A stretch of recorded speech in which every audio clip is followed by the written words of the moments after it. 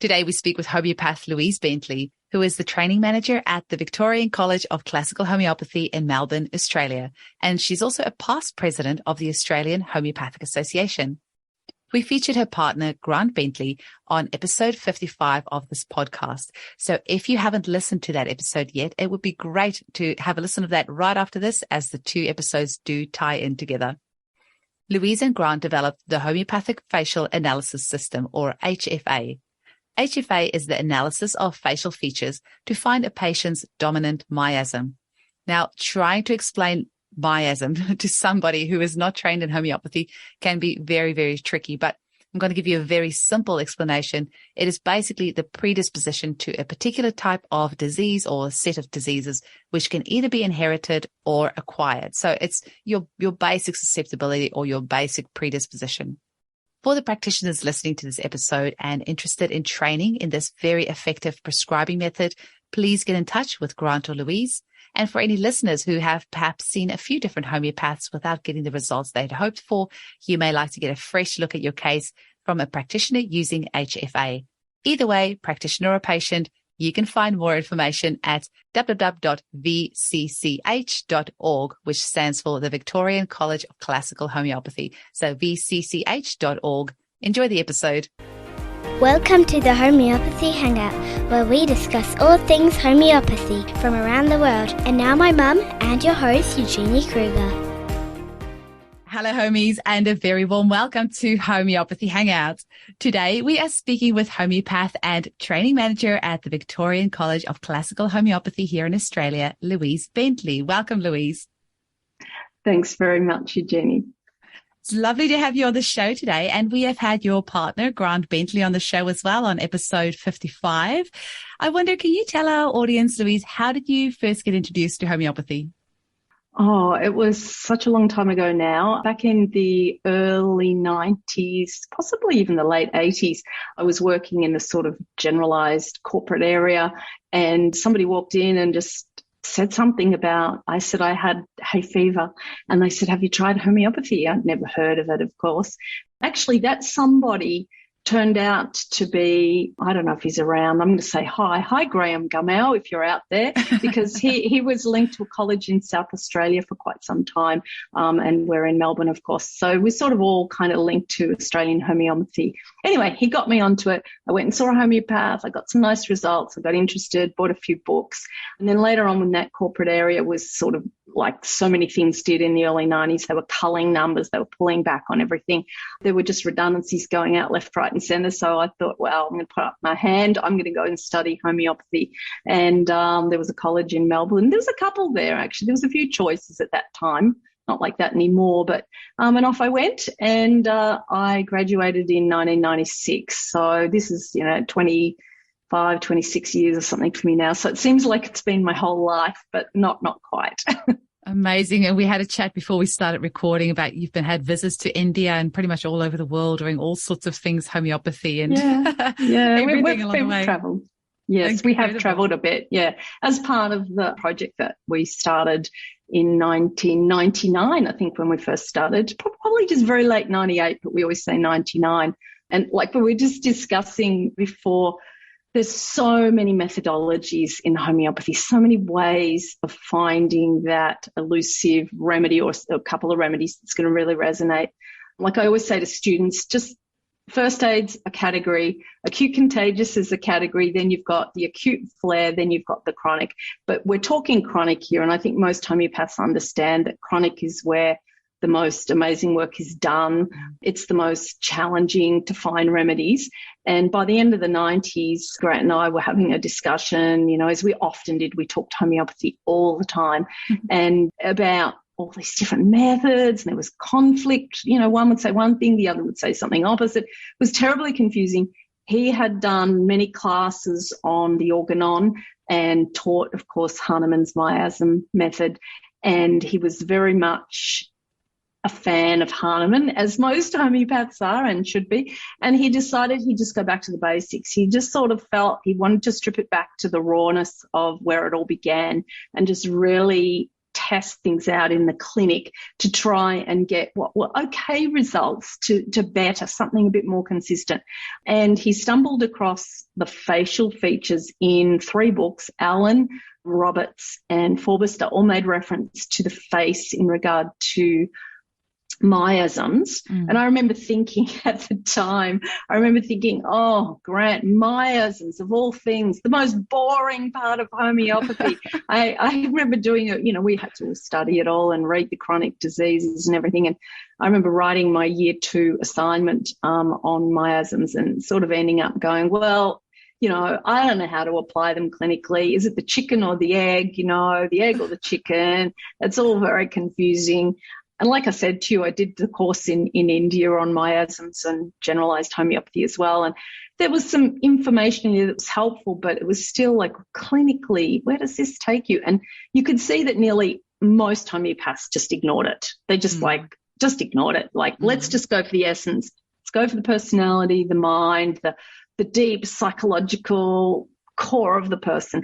Anyway, Grant's interested in faces. He happened to have a pretty good photographic memory for faces and detail on the face.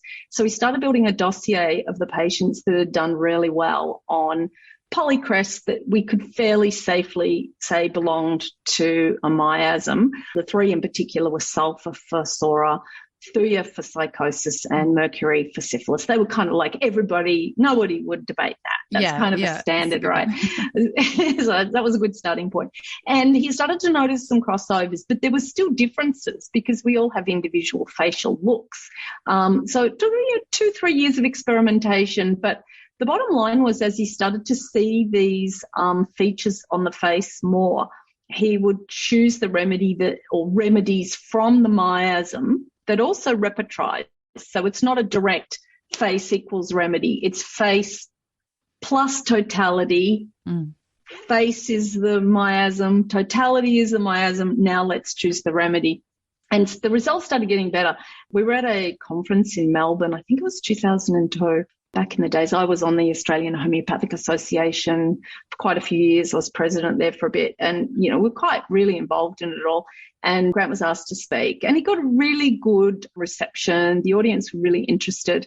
Someone said to him, would you like to come to Sydney and speak? It was about a few months away and he said, oh, that'd be nice, And then they said, have you got a book? And he went, no, but I can organise that. No, of course, he'd never written a book.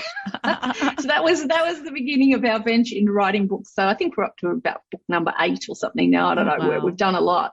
But when you've never written a book before, you have no idea what you're in for, and it's quite a lot of work. Anyway, we got to Sydney. The book was ready. It was printed, all good. So that was great. And that was a nice, moderate sort of seminar because it was a new idea and people were a little hesitant about it, to say the least. And anyway, funnily enough, this Russian doctor just popped into the seminar. I can't remember her name now. I'd know it if I saw it, but, Russia's in the bad books at the moment, but in those days it was all fine. And she popped in. She couldn't speak English with her translator. And she really just wanted to promote herself. She happened to be in Australia. Anyway, they kind of had a little discussion and she quite liked Grant's ideas. She was a psychologist as well. And she took his book back to Russia. And so that was kind of interesting because later on we got contacted by this rather large homeopathic institute in Russia run by this neurosurgeon who was also a homeopath. We ended up going to Moscow 3 times, which was really cool, and Grant did most of it, but I'm always there in the background kind of helping with faces and questions and so forth and books and what have you. And anyway, so we got there. So that was kind of cool. And that started a bit of travel. I think about a decade, we sort of went across Europe and we went to the US and Canada and we did India and Thailand and we went to Dubai and we went quite a lot of places and we spoke and met a lot of people, spoke to them about homeopathy, about what was then called, finally got to be called HFA. We called it Homeopathic Facial Analysis. And that was fine, but it was a mouthful. So we just started calling it HFA. And that's kind of sort of where it started. Yeah. Oh, well, Louise, you are a great storyteller. And I actually love that you have just put in all the tiny little bits of extra information about how it's all come about, because we didn't really cover that in Grant's episode and we kind of just got more into the nuts and bolts of it. So I have really enjoyed you taking us on this little journey of how, this has all come about. And as you're talking, I can just see you and Grant at a cafe, like looking at people's faces and probably like analyzing remedies. Is it possible for you to ever go out of the house and not see remedies everywhere you go? Well, as I say, it's not directly the remedies. So the way it unfolded was we knew there were 3 primary miasms. Obviously, Hahnemann had made that statement, and Grant had a lot of faith in Hahnemann, as we all should have. But he wasn't 100% sure that this sort of pathological model was quite the way it should unfold in the clinic. And so he's always been open to questioning everything, not just taking things just because somebody said it, but to test it. He's got quite a scientific mind. So he started testing this, and then there's the tubercular miasm. How does that fit in? And we're like, well, that's, Sora and syphilis joined. So then it was like, in India, they talked about the psychosora miasm and the psychosyphilis miasm, which they talk about in India, but not much elsewhere. But that seemed to make sense. If syphilis and Sora can join, then why couldn't Sora and psychosis and syphilis? So there you've got 6. And then everybody had been talking about this cancer miasm for quite a number of decades. I mean, even Donald Forbuster mentioned it in the 50s. So then that made sense. Well, that's the triple miasm. And that was like, okay, well, there's a model. And that triangle that, is on the books, that sort of that was just a visual that we created because we needed to sort of have a feel for what are we talking about here. And then we just stopped. There's 7, 3 primaries, 3 duos, 1 trio. That's it. Just 7. It doesn't go anywhere else. That's it. And that's played out in the clinic for 20 years. To the point where we believe there's universal principles behind that. Grant's written about that in Soul and Survival and talks about it in his book, How Aphorism 27 Changed the World. And it's just a principle. And the students got really interested. Some other homeopaths jumped on board. People started testing it. And then we found we could even teach the students more easily. We started dropping materia medica and just really focusing on repetrization and miasm. And so that if you could determine the dominant miasm of the patient, which one of those 7 groups did they belong to? And then let's repetrize their case and look at the remedies in that repetrization that also belong to that miasm. So then we had to allocate, and Grant went through working with the traditional allocations but testing them as well. There are some older books that say silica is in the tubercular miasm, Well, we see it in the cancer miasm, or what we then called brown. And the story behind that is that a lot of the patients started to ask, well, why are you taking my photo? What's all this about? Some of them had been to homeopaths, and other homeopaths did not do that. So they wanted to know, what are we doing this for?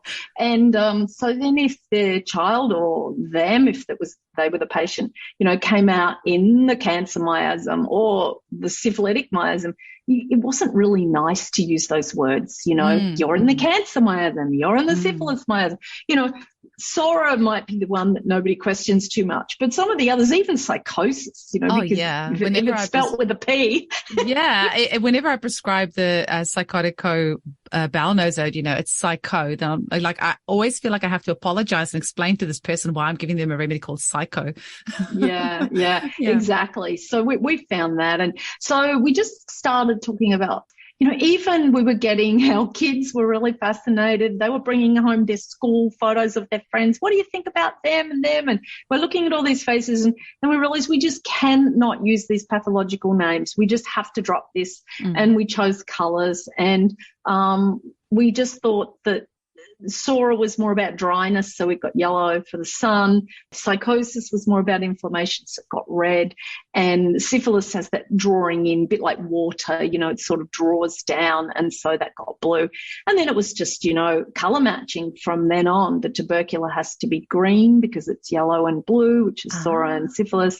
The Sora has to be orange because it's yellow and red. The psychosyphilis has to be purple. And then What was cancer going to be? Well, it got to be brown because, you put it all together and it gets brown. And so now, like, we're just talking colours, they're in the brown group, they're in the yellow group. Oh. What colour are they? And all the students, what colour? That's your core. You start there. What colour is my patient? What is their repertorization? And in their repertorization, which of the remedies that belong to that group? So say it's yellow or Sora, sulfur, pulsatilla, lycopodium are coming up high. So you don't look at phosphorus, which is tubercular, or arsenicum, which is brown or cancer. You don't look at sepia. It might be repertrizing, but the face is telling you this patient is dominant in Sora. So they need a dominantly soric remedy, but one that also repertrizes with the totality of their case. So it's a two-pronged thing that comes together, it merges together at the end. So it's not just about, look at a face, see a remedy. No. It's look at a face, see a miasm or a colour group. And that's only front arm. We do profiles as well. So we have to see a person's side arm. We have to see their ears, their hairline. Like I might look at you and I can see features on your face, right? I can see the lines in your cheeks. I can see the shape of your nose, your gums, your teeth, the size of your smile. You've got downturned eyes. Like that all rates to one of the three primary miasms. And then we kind of build a profile of your face. So we go through the hairline, the forehead, the eyes, the nose, the mouth, the teeth, the chin, the ears, all the lines, the bridge on profile, the chin on profile, the nose on profile. And we allocate the three primary miasms. So, for example, you have some red in your mouth, red being psychosis. So the gums showing is a dominantly psychotic feature, but your teeth have some blue, right? That's because they're a bit crooked. That's the syphilitic there. But the smile. That's from not wearing your retainer. I did have braces as a child. So anyone listening out there, wear your retainers. Well, some people have all that and their teeth still go back to where they were like that because that's your energy. Your energy is in your facial structure.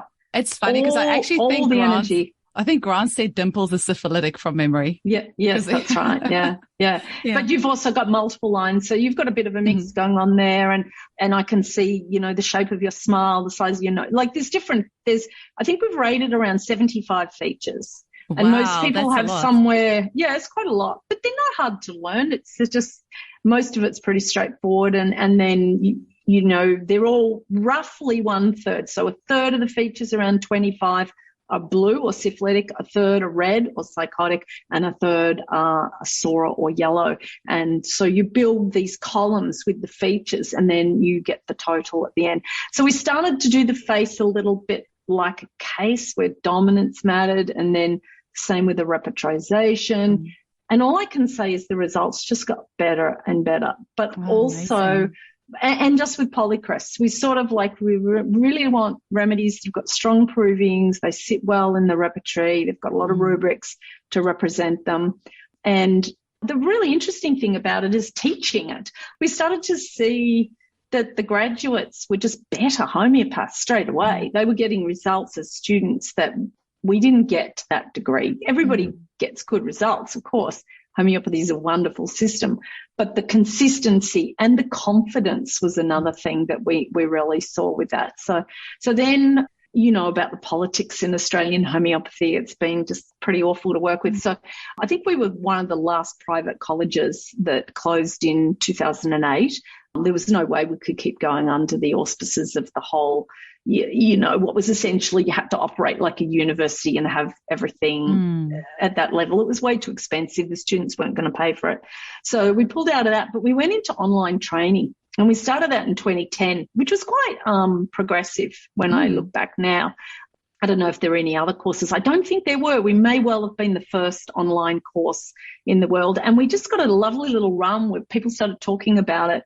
And we just got I think we got students from 20 or 25 countries, which was really cool. So we got all this networking, all through Europe and, Mexico and the US and Canada and India and Pakistan and just all over, and obviously in Australia and New Zealand, etc.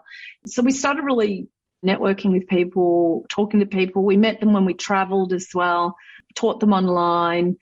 And then, that really kicked off. That was really good. And we've kept the online college ever since, and that's still there, and there's some great courses to do there.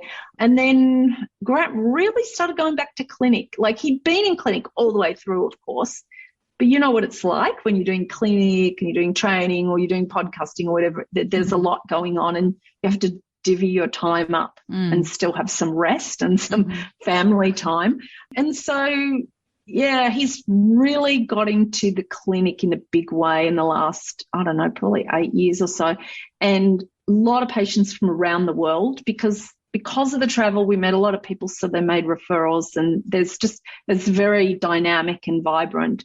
But funnily enough, he treating PANDAS cases probably, I don't know, at least 10 years ago now, and without really knowing a lot about PANDAS, not even thinking about it, because you know what it's like. You're a homeopath. Every case has a totality. Every case has, well, for us, a miasm via the face, and the pathology is important. But if we can treat the person correctly and get their energy right, the pathology will sort itself out more or less along the way. And so he did just do some really good results with some PANDAS kids. And then, unbeknownst to us, I remember asking a colleague in the US, I'm saying, we're just getting a lot of bookings from the US. It's really strange. I don't know why. We don't advertise or anything like that. And she said, I think I know. Somebody started a PANDAS group, and they're talking about Grant and the methodology. I'm like, okay. Anyway, so then he got a flood of PANDAS cases, which they're all kind of similar in a way. It makes finding a remedy quite tricky. So the face has just been beautiful because you could work out the miasm. They would send photos and then do a totality repertorization and really start to get remedies that resonate deeply to that patient. So then he again wrote another book on that, and that's the PANDAS book. And so the PANDAS has been really interesting because it's been really quite tragic seeing these children that.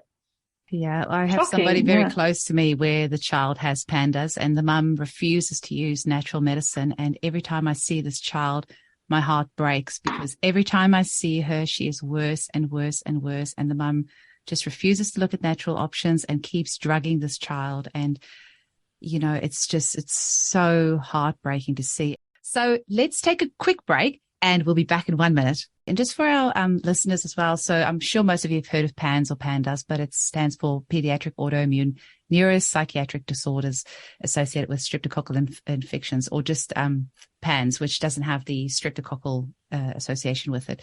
But we're seeing that more and more, all these kiddies with tic disorders and all sorts of issues due to, you know, overuse of antibiotics and just their guts being all out of alignment and so much antibiotics at misuse, which was absolutely the case of this little girl that I know about, where, you know, they are given antihistamines on a Friday night so they'd sleep better, so the parents can, you know, drink, and they would be given antibiotics for absolutely everything. So their guts are completely destroyed. So it's not really a surprise that this has then resulted from that, but it's definitely something that we're seeing a lot in clinic, and I really hope it's something that we can, you know, we can really help with. So that's amazing that he was able to make such a huge. Yeah, he's been able to make a massive difference with a lot of these children. I mean, there are variations. There are severely autistic or speak more retarded, and you can still do amazing things. But, you know, when someone's got a full-on from birth brain damage as such, there, you know, you are more limited with affecting that. Although I did do a case which is in the course, an amazing case. You said you wanted to know about a case. This is the most amazing case I've ever done. And I think I presented it at the Homeo Summit, which was in the US April this year, Homeo Summit, And Anna it's also, Jackson. Yes, Dr. Anna Jackson. Yes, she was on the with Anna podcast as well. Yeah. Yes. So I've done a course with her as well. I've presented a course for her, CE naturopathic, so on HFA and how to use it and so forth. But this case was incredible. This child was just over 1 and had been born very premature, but then at I think around 3 weeks of age, had a severe stroke, and it was misdiagnosed, and the brain got flooded with blood and destroyed and basically put it in a coma. Survived, but didn't come to homeopathy until about 13 months old. But the changes under the homeopathic remedy were unbelievably positive. Like, it's an amazing case. And because he had a beautiful little face and we could miasmatically work out his miasm, we only worked with remedies in that miasm, and it made a huge difference to him. including some miracle moments where really even his neurological surgeon couldn't believe the growth in his brain was extraordinary, all under homeopathy. So that's the case that's in our advanced practitioner course, which is one of the most incredible cases we've ever seen or dealt with ourselves. I mean, this is the thing. People say, how much can homeopathy do? And you go, well, you don't know, but it's worth a try, because sometimes it can do moderately good. Other times, to such a degree, it's astounding how far it can go. But you've got to get the right remedy.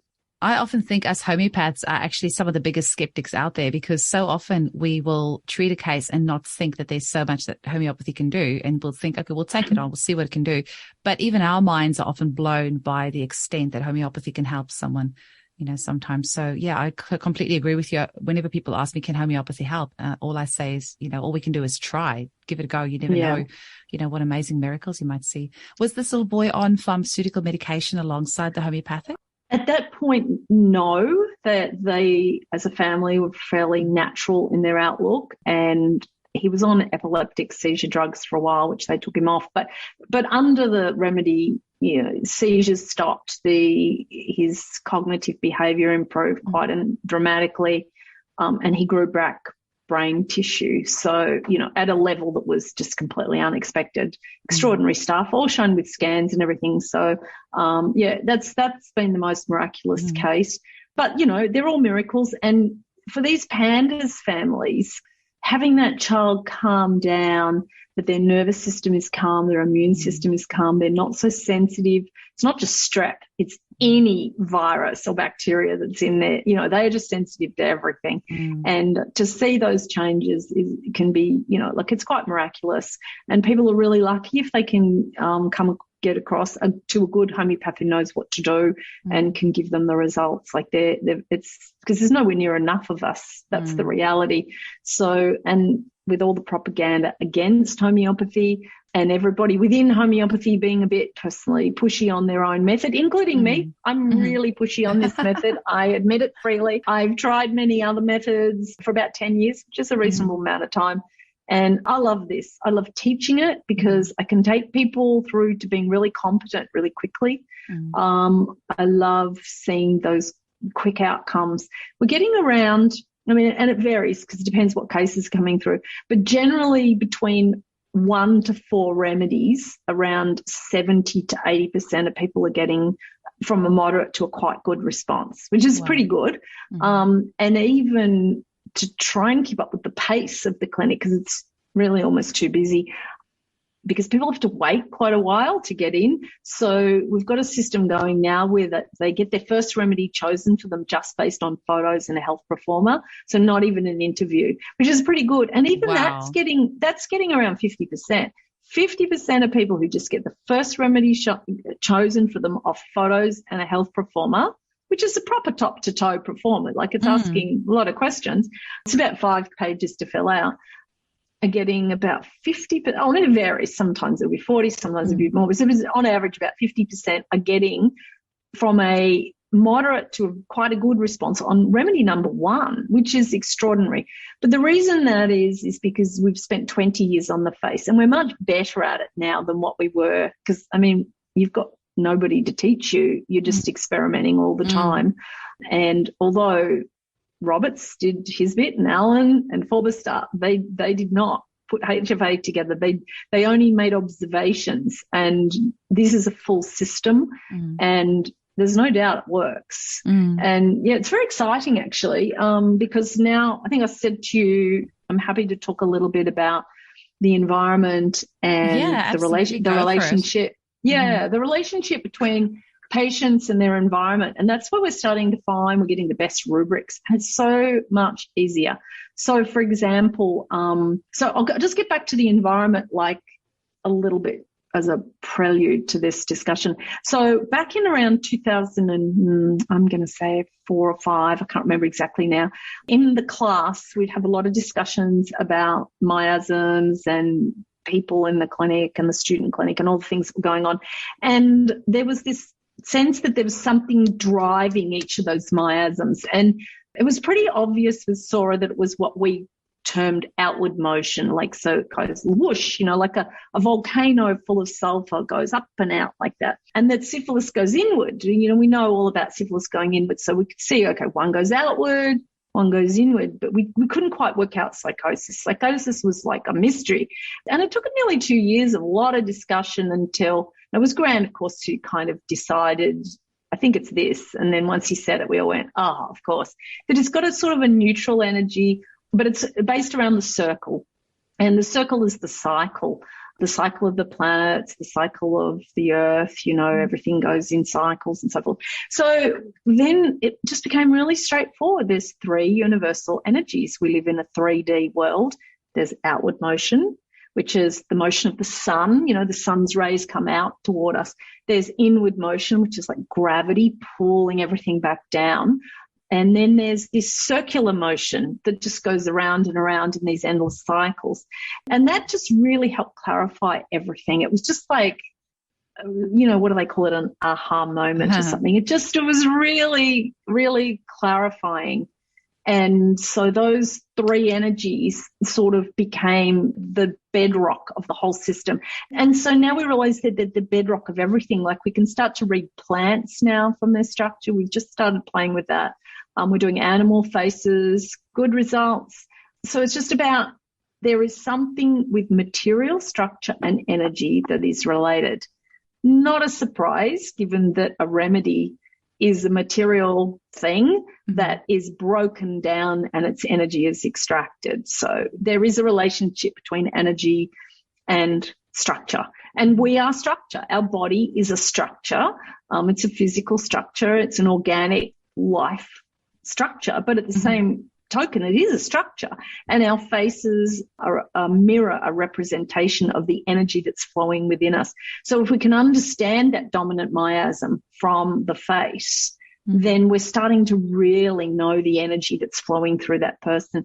So every remedy has the same thing. Every remedy has a dominant energy, one of those 7 energies, every substance, every person, everything. And so that became apparent even within the first decade. And Soul and Survival, Grant put together, because then we realized that the planet has time frames where each of these 7 energies is dominant for around 150 years. And it starts to explain culture and why things change and how people's perception, like, what we've been through the last couple of years has been an extraordinary thing, but really could not have happened like that 150 years ago because the outlook of people was so completely different. And so, it's incredible, the links. So when we bring this down to the clinic, and we've got a patient in front of us, and first of all, we just take their case and we choose some really clear rubrics that represent them. So it might be as simple as, they're worse for the wind, that always rattles them, or they're very chilly, particularly at night, or, they perspire, particularly on the top of the head or the lower back or wherever it might be. Like there's just these kind of generalized patterns that they present with, which maybe a lot of people present with, but their combination is different. It's a bit like the face. We've all got a mouth, a nose, 2 eyes, but the shape and structure of each of those varies, and then the whole face is different. It's you, as is the remedy you need. And so when you can take a person's case quite easily, you can take it in a very short amount of time. You don't need to know all their deep underlying sort of all those issues. You just need this lovely look at how they resonate to their environment, which essentially is just modality or general rubrics. And, they might be a person that develops a lot of cysts. So you put in a cyst. Okay, that's a generalized way their body tends to present. They're worse always at 4:00 in the afternoon, or they have periodicity, or they have a craving for salt, or they have an aversion to dairy. There's those sorts of very general Bonninghausen style rubrics. And then you just encapsulate that generalization and then link it to their dominant dominant miasm. And now you've probably only got 3 or 4 remedies to choose from. And the likelihood of one of those being a bit of a bullseye is quite high. Sometimes not. And we've got strategies for when we have to just sort of hone down the repetization to start to draw in smaller remedies. But most people will resonate pretty well off a polycrest, which is nice to know. Yeah, absolutely. Especially, you don't have to do thousands. Yeah, especially these days. I mean, I said to you before we started recording is I think the appeal of HFA is just that these days it's just so overwhelming being a homeopath because there's so many different ways of prescribing and so many different remedies out there, and it can be really overwhelming. So there's definitely a huge appeal with HFA because it's such a replicable system, and, you know, it's got 20 years behind it now, and it certainly brings you back to basics. And I think especially for beginner homeopaths as well as anyone really, but it will be a really good system to really get your teeth into it and start getting some good results and really get your confidence up as a prescriber before you go and play around with other things if that so takes your fancy.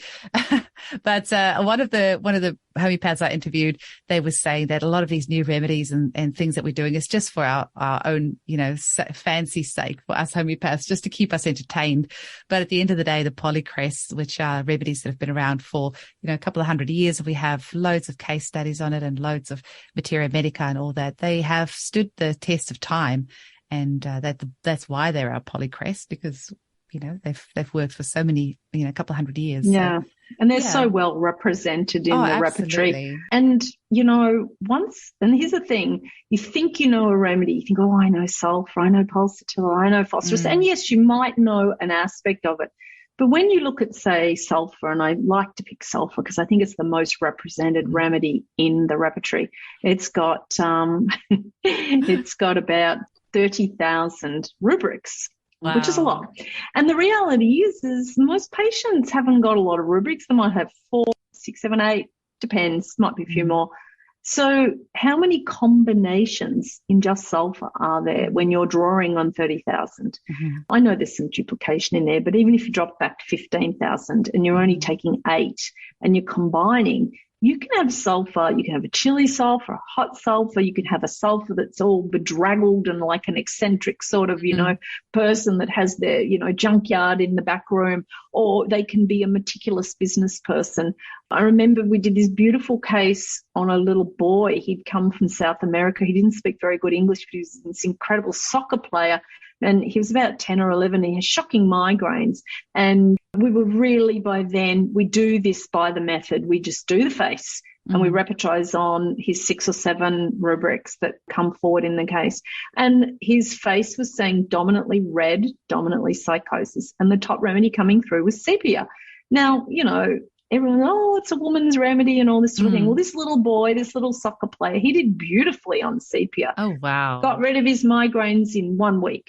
Wow. That sort of thing. And so we find the typecasting is unhelpful because it actually, you think if you can take your ego out of this, just take it out. And just say, I have no idea what remedy this person needs. I don't know. In fact, you don't even know until after you've given it and it's worked, because you could give a remedy that doesn't work, and we do it all the time, and it happens to all of us, no matter what method. But if you've got a method where you can start to look at your results over the year and go, gee, the percentage has been pretty good. And so it's pretty common that we're running at a pretty solid 80%, if not more. It can go as high as 90%. You'll always get people that don't respond. I don't know why. Who knows?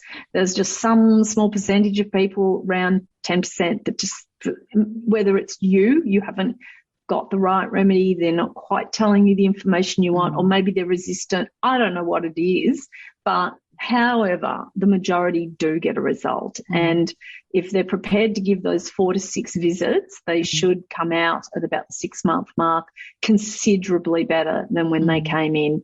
And for some, it can be days or even a week, and they can start getting really quick responses. Others, it's sort of slow and steady. So, yeah, it's really, really nice to see. Nice to see and nice to teach as well. Yeah.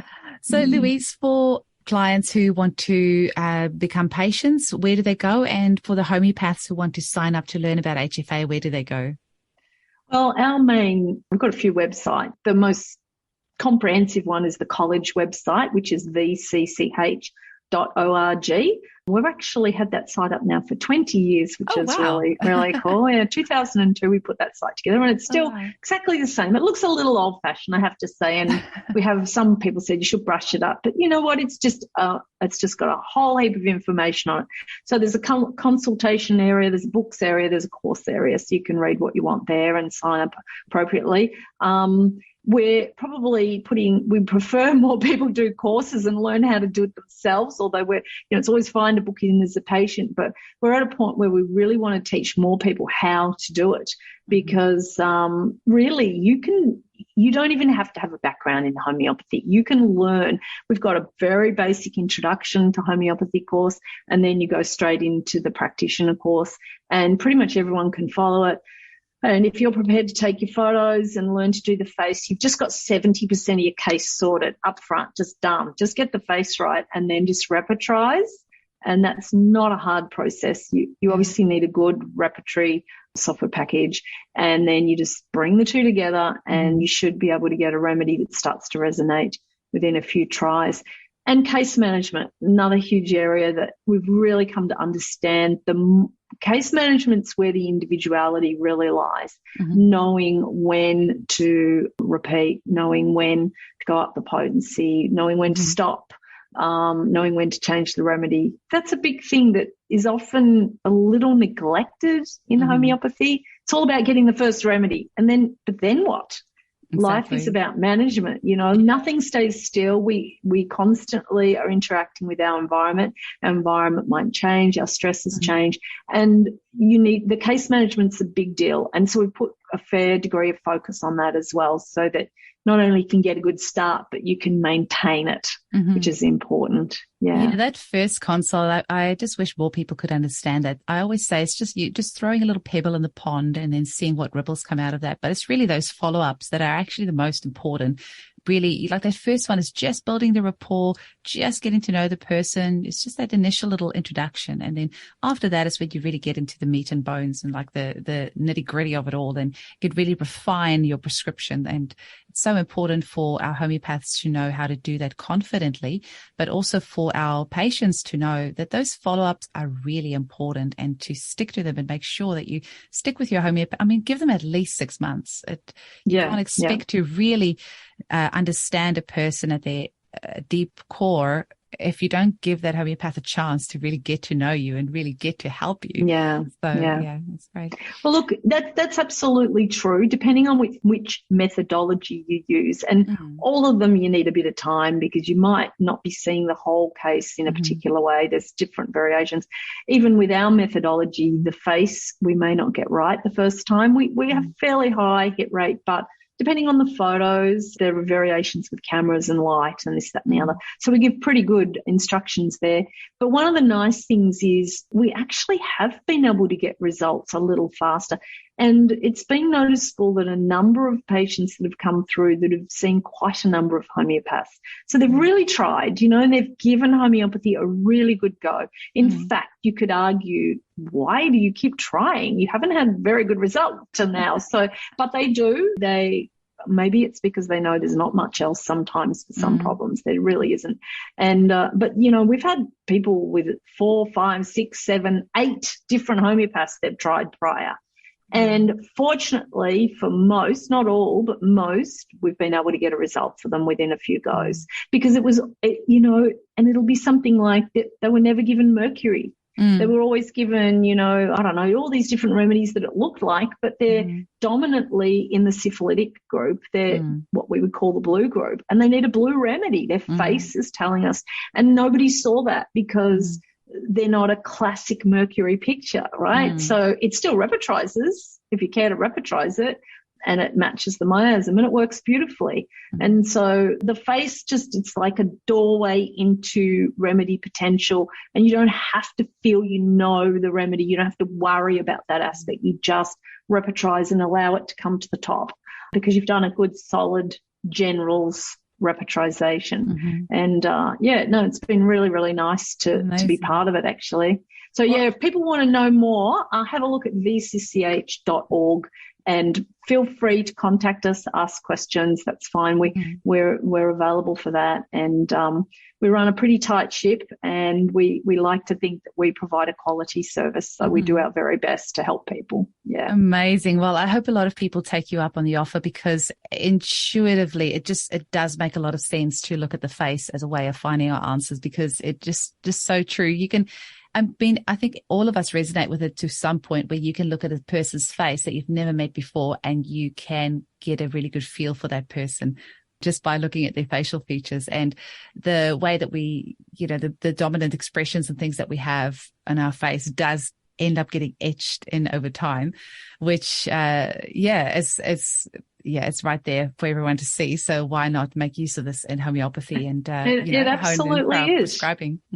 It really is. And it's the doorway to who we are. I mean, we recognize each other by our faces. We express through our faces. Most of our senses, our eyes, our ears, our nose, our mouth are in this area. It's not, we've got tactile senses elsewhere, but the core senses are all here. This is the fullest expression of who we are. And if we can read that, if we can understand that, it just opens the case straight away. And the main thing it does is it filters out what we don't have to look at. Okay. So, it doesn't matter how great self is looking on the repetization. If they're not dominantly psoric, we're not wasting our time on it. Good thing about that too is we get very low aggravations.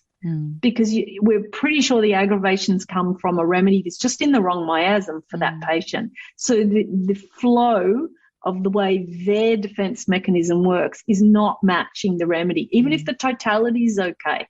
And you can still get somewhere on totality without the miasm. But when you match the two together, just like Hahnemann said, like, he sort of knew, but for whatever reason, he chose the pathologies, and it just went off on a bit of a tangent. But everything he said is correct. If you remove the pathological interpretation and just take it as directional force, and that the miasm isn't to be removed either. It's part of your defense mechanism. It's the blueprint of your defense mechanism, your nervous system, your emotional interpretations, your immune system, nervous system, emotions, all of that. That is your defense mechanism. And you have a blueprint, and it's one of those 7 miasms is the blueprint. That's the blueprint. All yellow people have a yellow blueprint. They might need a different remedy within the yellow group, depending on their personality, their generals, how they react to the environment, etc. But the blueprint, you start to see similarities within the group across the 7. That's the book that Grant wrote, Soul and Survival, because he could see that fairly quickly. And that's interesting too. But in the end, it's the diagnostic of the face plus the repetization that's the 2 clinical tools that just, it's like cutting through butter. You just you're there, you know where you are. And it doesn't take very long after that. Yeah. So it's a very, I'm very proud that I've been part of it, and happy to share it and keep sharing it. And so thank you for such a lovely opportunity. It's such a pleasure. I mean, you absolutely know what you're talking about, and you can see the passion oozing out of you. And it's whenever somebody can be this excited about something 20 years down the track, they're onto a good thing. So thank you. I'd like to think so. Yes. Thank you so much for your time today, Louise. I really appreciate it. And I know that you've got to get a lot of people getting in touch with you, because this is something that sounds incredibly valuable. Yeah. Thanks so much. Thank you for having me on. It's a pleasure.